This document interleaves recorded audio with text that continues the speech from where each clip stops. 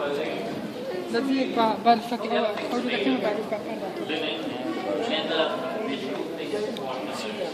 They did have stain remover back then, urine. That's the only thing they used to wash. We're not going to use any urine either.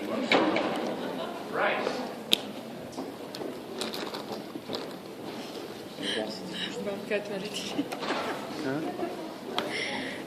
So next up, the lady Ophelia, because she's upper class, she will be wearing everything she will be wearing really لا حتى شامدة كيف غمنا حتى شامدة يستنى كم satin, velvet. Lower class people are not allowed to wear silk satin. So she is going to be wearing these expensive stockings. The top of these jeans, so pretend we've got the stockings on. These are about £100 for a pair of stockings. ولا دريش كذا بس They didn't have any elastic in those days. They used a method called cross-gartering. You're familiar with the famous comedy 12th Night by William Shakespeare? Malvolio goes on about his mistress wanting to see him have a cross-guard. It was a fashion thing as well as being practical. Garter here, basically to cross-guard, below the knee, round like that, over the top, and then tie it off into a bow. This won't be seen on Ophelia's costume that we're dressing volunteer. What's her name, sir? Louise. Louise not going to be wearing we're going to be seeing the cross-gartering because it wasn't fashionable for women back then to show their legs. However, if you were a male, like me, fashion then was to show off your cross-gartering as part of your incredibly masculine legs. Everything was on display for a male, yes. In fact, if you had scrawny chicken legs, like me, then what they did at the time of Shakespeare was they'd sew fake calf muscles into their stockings so they looked more virile and masculine. And you're waiting for the 12:15 public tour of that to make your way through to the Female legs are not bad because they get covered up by the skirts. Yes, because you are a female. 12:15 public tour, please make your way downstairs. Next up, shoes.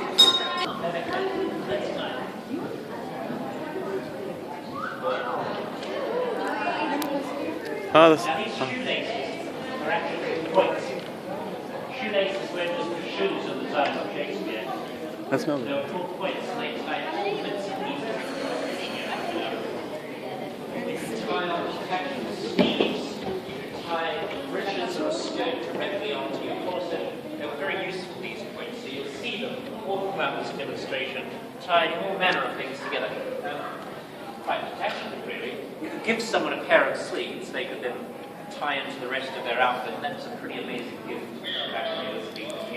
Here's something that needs no introduction. We're going to put you into a corset now.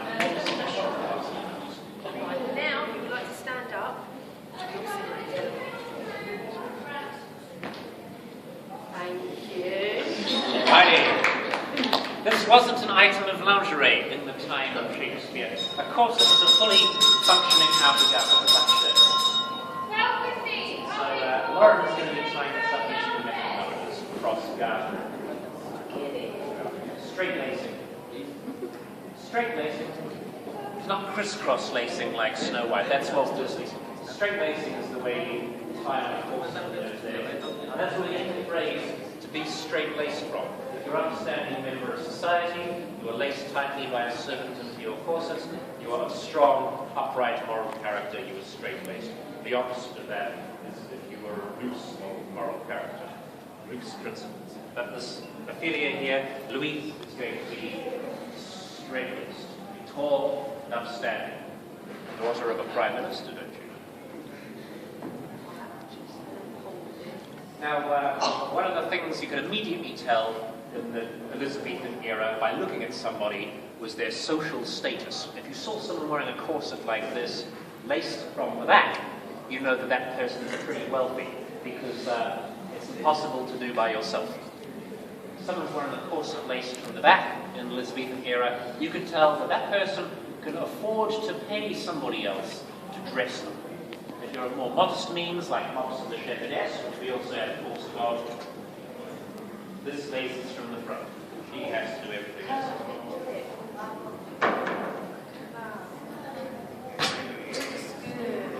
It is looking good. Yeah, it's picture perfect. If you just turn around. So basically you've just gone round and round and round. So this is going to suck everything in, make you really, really upright. That's it. Turn back round.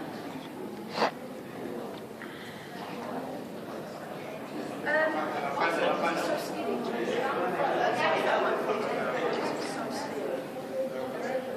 Right, that's the easy part. Now it's time for the bum roll. Oh yeah, they really called it that. That might give you some idea of what this was in Elizabethan times. You ever try something on when you go clothes shopping and you ask your friend, does my bum look big in this? In the Elizabethan era, everyone was asking, does my bum look big enough in this? Because the fashion in the time of Shakespeare was to have large hips and a large posterior. It was showing that you could afford enough to be able to eat lots and lots, and that was considered very fashionable in those days. So everybody cheated, and they used a French farthingale or a bum roll to give the illusion of a large posterior. It's one of the things that made transforming a male actor into a female character very easy. Pop it on like that. So the bigger your hips and bums, the better. So I recommend after this demonstration going upstairs to see our display of costumes there to the left on the upper mezzanine, and you can see the highest position in society, Queen Elizabeth, and her French farthingale, her bum roll, is a massive shelf, a huge wheel that goes all the way around her waist. You can balance a cup of coffee on it. In fact, I just did. Right, time to put a minute go. Here we go. This is our Spanish farthingale. Farthingale was a word back then used to mean shape changes. So the French farthingale gives the shape of the hips. The Spanish farthingale is what gives a nice shape to all the skirts and petticoats that go over the top. Now usually these Spanish farthingales had big cane hoops to give a full impression of full line skirts, but this was designed for the character of Ophelia. Everyone's familiar with that story. She goes nuts, basically, and flings herself around on stage a lot. And so to prevent the actress from killing herself, we use rope instead. Hemp rope. So, just going to go straight over your head. Just like that. It was painless, wasn't it? Now I'm going to start tying it into the...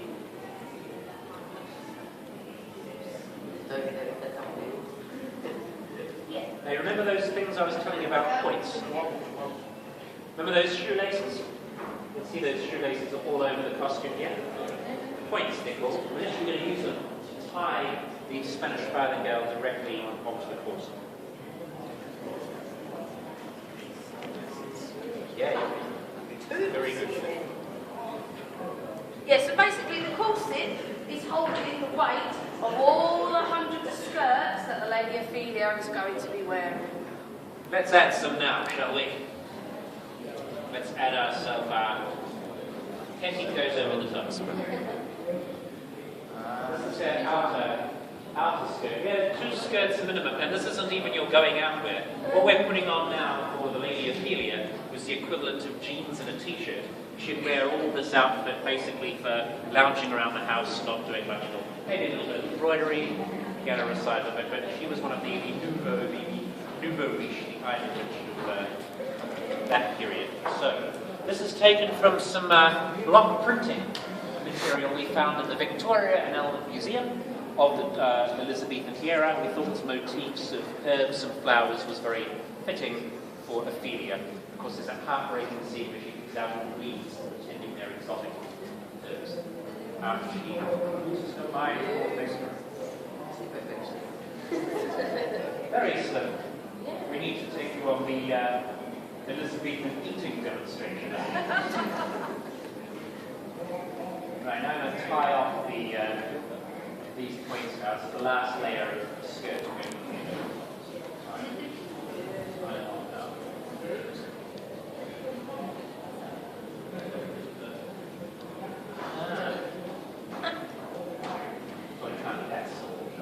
Yeah, if the lady female was to go outside or to go somewhere for the evening, she would wear another skirt on top of this, probably a really, really expensive silk skirt, but these are clothes just to wear around the house. She wouldn't be seen dead going outside wearing these clothes here. She's having a dressing gown today. This is the equivalent of American Brown in your dressing gown. Yeah.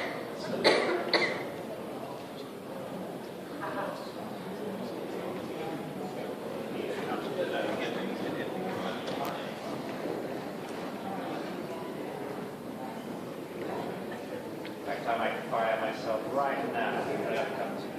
See how long? Wow. Just very good. Just going to put a pin in here. Don't worry, you won't feel anything. Pin money. If you've ever heard that phrase, that's because pins were an essential ingredient in the dress's armory back in the Elizabethan era. Queen Elizabeth herself walked around in a shower of pins because she was pinning so much outfit. And all her servants had to scrabble around after her and collect the pins back up again before anyone else did, because she might get poisoned that way. A would-be assassin might find a pin, did it poison, and put it back into the collection for her to poison herself. This is a part. I remember this name because it sounds like part of a shirt, which is what it is. So that's not bad.